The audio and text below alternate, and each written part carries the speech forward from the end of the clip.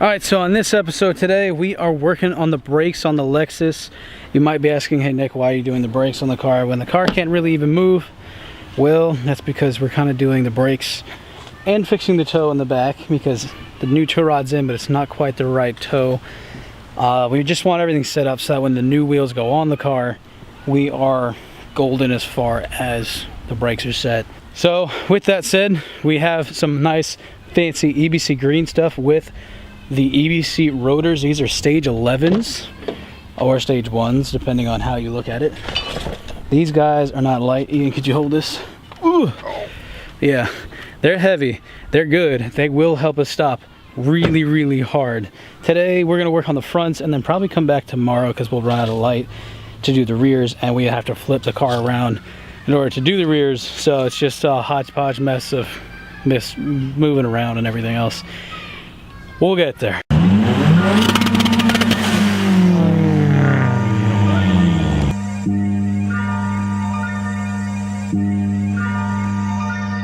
you're nice and beefy.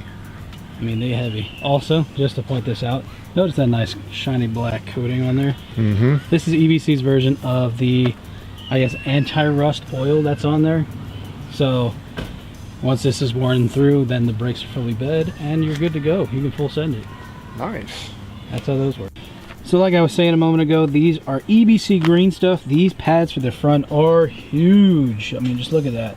My thumbnail is almost the thickness of the whole pad. That's pretty intense. Got our front pad here, our front rotor here. But the main thing is we're gonna take these calipers off. These things are beefy. We're gonna try and clean them up a little bit with some like brake clean or something to just make them look nicer. These old rotors, which are heavily scored, are gonna get taken out. They're also like completely ovaled, which makes for a very, very intense braking experience. But like most other brakes, we're gonna go ahead and pull the main part of the caliper off and then go ahead and work from there. It's really sad because these were replaced not that long ago. I don't know if you can see that on camera. There's a lot of life left in the pad. We'll have to show and compare when we're done here. But it's just, these didn't bed right. They don't stop nearly hard enough, and they weren't tightened down clearly at all, because that only happens from constantly braking hard and just slowly but surely wiggling itself out. All right, so while Ian's cracking the bottom caliper mounting bracket bolts, let's go through what we've done. Taken the pads out already. It took some persuading. Whoever put these in put two of the same pads on the same side. So as you can see on their EBCs, there's a lovely little golden tab and then there's one without one. Well, both sides, or both of the tabbed ones, are on the same side.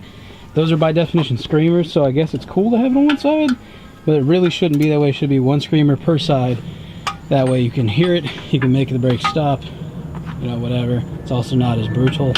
Then also to let you know if you have uneven brake wear, because if one side wears out and hits screamer first, means that you have a problem with your pressurization of the brakes, and you need to address that when you change your brakes again.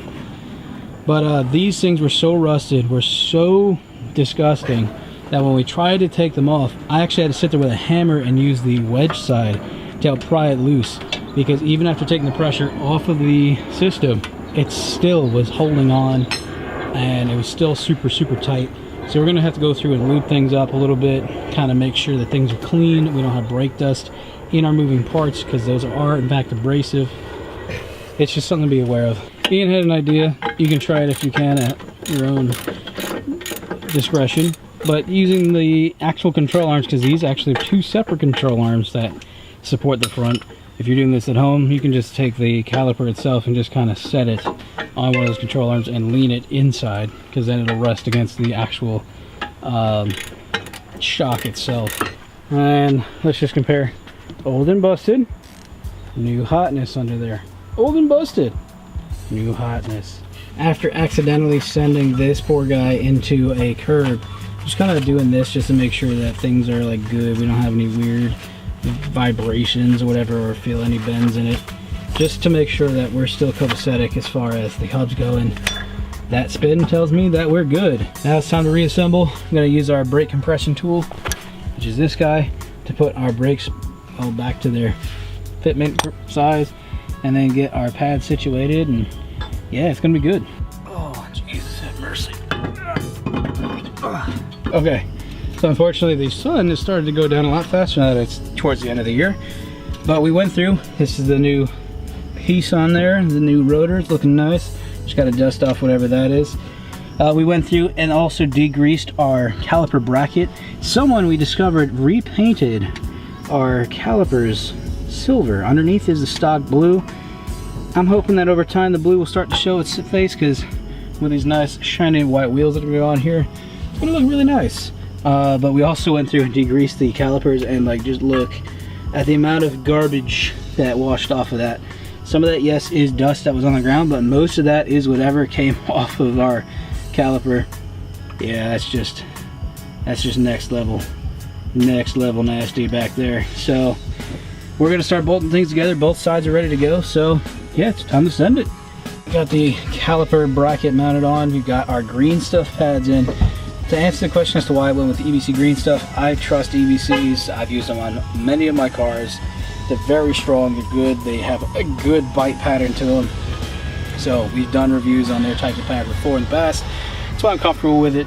As far as the Greenstuff, it's because this isn't like a race car. I'm not gonna be sending it too hard in this car, at least right now. If I do, I can always upgrade to the yellow stuff pad.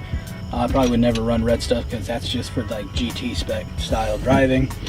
But I gotta say, these things are beefy. I mean, in comparison to the old ones, wherever I put them, oh, there we go. Like, those have some wear, but like these just feel more solid. They feel, just by holding it in your hand and kind of just eyeballing it, like, this is definitely gonna help me stop better. Those just felt kind of like steel plates. I don't really know how else to describe it. So these are gonna be good. I'm waiting on the compression tool from Ian because he's working on the other side, getting his brakes compressed in, and then bolt it back together, set it on the ground, flip the car around, and then come back tomorrow to do the rears and fix the toe.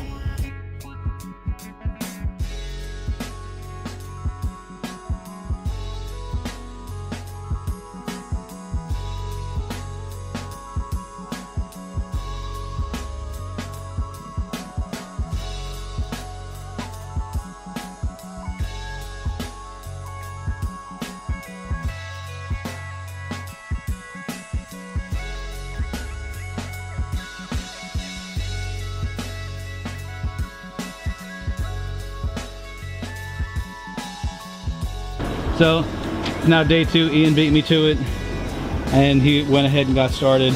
Already pulled the caliper off. That literally took no time. Yeah, really. But main things here in the back, we need to raise the coils up just a little bit, so we're gonna have to grab our fancy little tan tools there to kind of raise the back end. Just because with a little bit of stuff in the car, like, it was sitting on the top of the tire. So not trying to go for that, you know, super slam look. At least not on these anyway. And with the 18-inch wheel going in the back, we're gonna have to have some space for, you know, wheel travel and whatnot. So I'm gonna try and raise it up about an inch. That way it fits the 18 well with tires on it. Like, it'll all look nice. And then we're gonna adjust the toe out so that it actually sits a little bit more flush. And then start the break-in process for the brakes here in the lot because we have the room for it. And yeah, it's gonna be a good day, bro. This is the rear rotor, just as beefy as the front, also with that really nice coating. I don't really know what to call it other than a coating to help protect it from rusting. And our little brake nuggets for the back. These has, even though they're tiny, they're like super aggressive. And thankfully, because of that red coating that's on those things will break in very quickly. It'll make it for a very quick break-in period. So let's get degreasing, let's get cracking, brother. All right, so Ian just left to go to the hardware store. We've been out here cranking on these things pretty much for the past like half hour to 45 minutes, maybe even an hour. And we've run into a few issues with the back end of this car. First and foremost are these e-brakes. These are drum e-brakes, so they're by wire and all that fun stuff. But one of the issues we have is that one of our set springs is like completely gone, so Ian's on his way to the store to go get a new one. It made it really tough to get this particular brake off. Also on that same side over there, we were missing that retainer spring that goes on the top of the brakes to hold the pads in place. So it was just a bit of a mess, and yeah, it was sad. We were able to go in and kind of fix the toe. Things are just finger tight right now because we don't have the tools at the moment to tighten them all in. That way we can make sure that it's relatively straight when we take it to get the new alignment done. We still have to raise this side. We had it originally at 9 teeth on the actual spring part of it, I guess. And now we're moving up the size to 12 because we were slamming fenders. So, you know, we're just getting there. This side, the e-brake was fine, so we just slapped the new one on. Again, these things are freaking nice. I really like these. I'm gonna go ahead and get these pads prepped, get these ones off, degrease it, slap some new ones in there, slap this all together, put the wheel back on, and pretty much have it set to go once we raise it, and then finish the other side. After doing some internet research, we have a new clip system for our brakes because we found out that ours were missing most of them. There's a retention clip, there's a spring underneath. As a retention spring, we wanted some new hardware anyway for the other side, so we just bought a whole kit. It's a good thing we did.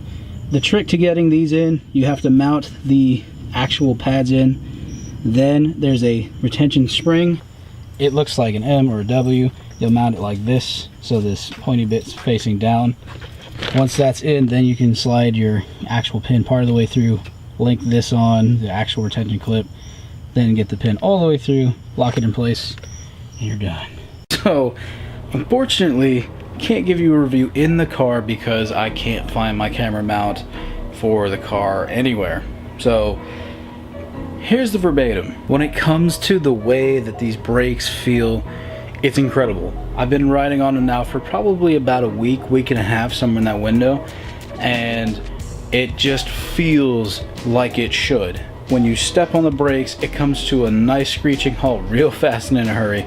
And instead of having this awkward delay like it did before where it didn't know if it wanted to bite or it felt like it bit and then like actually tried to stop, this is a lot more consistent and it hits a lot harder, a lot sooner, the way that it's supposed to, and it just feels so much better. The braking distance is greatly reduced compared to, say, an OE style or level of quality. So all in all, I'm really happy with these brakes. I'm one of those people where it's like, listen, you can cheap out on engine parts like filters and oil and stuff like that. Even though I don't think you should, you can.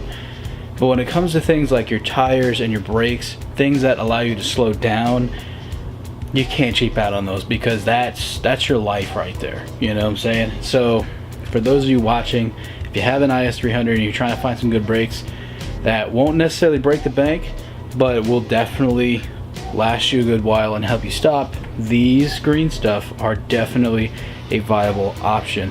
And I will be honest and say it now, if you buy EBCs, they create a lot of dust. So as someone who has white wheels on the Lexus, yeah, it's pretty brutal.